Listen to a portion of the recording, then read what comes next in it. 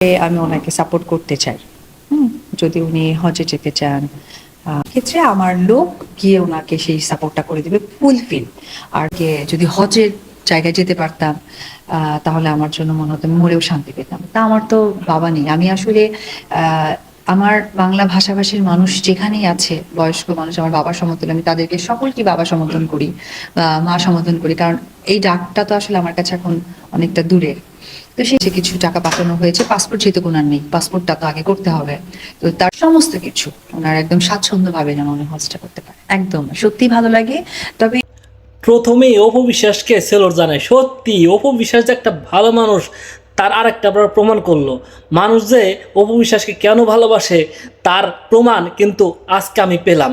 সত্যি আমিও কিন্তু নতুন করে অপু বিশ্বাসের ফ্যান রয়ে গেলাম। আগে কিন্তু শাকিব খানের জন্য অপু বিশ্বাসকে পছন্দ করতাম, এখন অপু বিশ্বাসের জন্য অপু বিশ্বাসকে পছন্দ করি। এক বয়স্ক চাচা কুরবানি গরু বেচতে হাটে যায়, সে গরু বেচে আসার পর দেখে যে তাকে সব কয়টা নোট জাল দিছে। তখনে তার মনটা একদম ভেঙে পড়ে। সে কিন্তু লোন টোন করে গরুটা লালন পালন করে, যত খরচ যায় সব কিন্তু লোনের উপরে। সেই টাকাটা ফেরত দিবে তার মেয়ের জামাইকে, কিন্তু ফেরত দিতে পারে না। পরবর্তী সময় এই ঘটনাটা যখন অনলাইনে ছড়াছড়ি হয়, তখন কিন্তু একটা ফাউন্ডেশন থেকে তার যে গরুতে যত টাকা ক্ষতিপূরণ হয়, যত টাকা বেচলে সে টাকাটা পাইতো, সেই টাকাটা সেই ফাউন্ডেশন থেকে দিয়ে দেয়।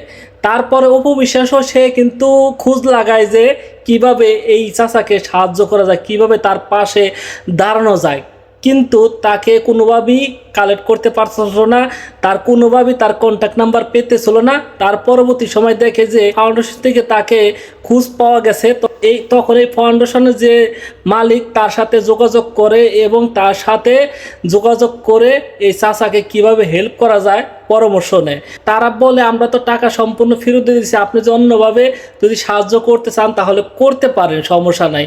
তখন এই চাচার সাথে যোগাযোগ করা হয়। চাচা বলে আমি এখন আর বয়স হয়ে গেছে, আমি যেহেতু ইসলাম ধর্মে, তাহলে আমি হজ বা উমরা করতে চাই। তখন অপু বিশ্বাস বলে আমি সম্পূর্ণ খরচ টাকা দিয়ে দেব। পাসপোর্ট বানাইতে এখন বিকাশে টাকা দিছে, তার পরবর্তী সময় যত টাকা খরচ লাগে হোটেল থেকে শুরু করে তার যাবতীয় যদি কিছু কেনাকাটা লাগে সেটাও অপু বিশ্বাস দিয়ে দিবে। সত্যি তার কথাগুলো শুনে আমার মনটা একদম ভরে গেল। সে আরও বলে আমার তো বাবা নাই, মা নাই, আমি একজন এতিম, তাকে বাবা মনে করে আমি এই টাকাটা দিতেছি। আসলে এই ধরনের উদার মনে মানুষ কিন্তু থাকা প্রয়োজন। আপনারা বলবেন দান করে প্রকাশ করা ঠিক না, কিন্তু প্রকাশ করা ঠিক না, তারপর আমারও কিছু কিছু ক্ষেত্রে প্রকাশ করতে হয়। একটা কারণেই মানুষের জন্য আগ্রহ আরও বেড়ে ওঠে। যারা দান করতে চান না এসব দেখে কিন্তু আরও আগ্রহ বেড়ে হয়তো বা দান করবেন। আর একটা জিনিস অপু বিশ্বাস মূল্যবান কথা বলে, কথাটা হলো যে 10-এর লাঠি 1-এর বোঝা। আপনার যদি 10 জন মানুষে এগিয়ে আসেন এই ধরনের অসহায় মানুষের পাশে, তাহলে কিন্তু সমাজে এই ধরনের অসহায় মানুষ থাকবে না। সবাই যদি এভাবে যে আপনার পাশে দাঁড়ান, তাহলে কিন্তু এই মানুষগুলা একটু হেল্প হয়ে যায়। সত্যি অপু বিশ্বাসের কথাগুলো শুনে আমার মনটা একদম ভরে গেল। তার কথাগুলো শুনতে এতটা ভালো লাগতেছিল, আমার কাছে সত্যি চোখ দিয়ে পানি চলে আসছিলো। এতটা উদার মনের মানুষ। আপনারা কথাগুলো শুনলে পরে আপনারা বুঝতে পারেন, আপনারা কথাগুলো শুনবেন। আমি একটু একটু করে দিয়েছি কাটিং করে, কারণ হলো সব কথা তো এখন দেওয়া যাবে না, কপিরাইট আছে। আপনারা এই চ্যানেলে গিয়ে আপনারা অপু বিশ্বাসের ইন্টারভিউটা দেখে আসবেন।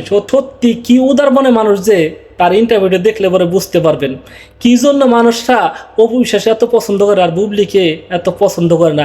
অপু বিশ্বাসে কোনো জায়গায় কিন্তু দেখিনি তার উচ্চ সুরে কথা বলতে, কখনো উগ্র রাগ দেখিনি। তার একটা মায়ের যে একটা মমতা ভালোবাসা একটা সবসময় লুকিয়ে থাকে, সেটা কিন্তু সব জায়গায় প্রকাশ পাইছে। আর বুবলি কিন্তু একটু অন্য ধরনের, সে কিন্তু কোন পদের আপনারা হয়তো ইতিমধ্যে জেনে গেছেন।